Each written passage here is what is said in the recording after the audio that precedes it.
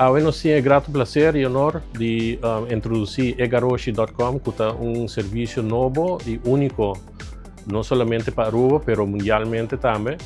Porque esta es una aplicación que por compra, por registrar na egaroshi.com, vai na vender nang kuting available, browse ng produkto nang i add nang to cart ding egaroshi mes. Anto hasi pago online off botin choice tambe di por paga cash over counter na nos oficina nang i off por hasi bank transfer tambe na cuenta i takla.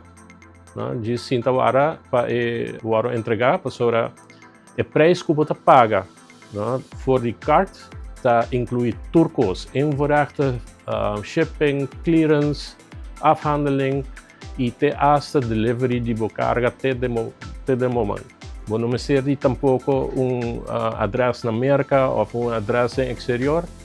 Bota registrar com boa address local de bocas ou de bo negócio e that's it. Nós take care de turcos pago. Este é serviço que está aplicável não somente para cliente direto, sino também para negócio.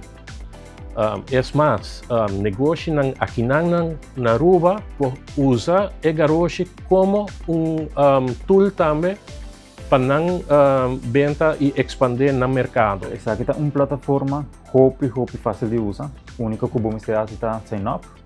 E agora bota dentro da plataforma e devia colocar vendors na kuting riba a plataforma. Agora aqui nós temos Amazon, Walmart, eBay, Falabella Colômbia e Sam's Club. Então, just clique riba o logo de vendor, vamos a Amazon, bota busca o produto que você quer, vamos bota buscando TV ou telefone, bota põe em search bar, e agora bota diferente produto, bota clique riba produto e bota add to cart.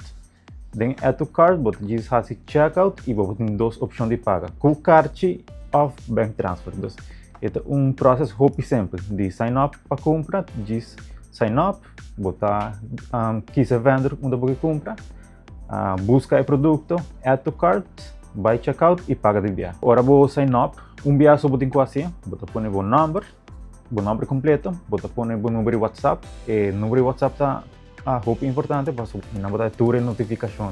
Agora vou compra, botar notificação de que para compra, o produto que para compra, o amount, botar o link para o invoice, botar põe o pessoas número que sempre é importante, para eu nos sacar o produto de aduana, agora não pede pessoas número.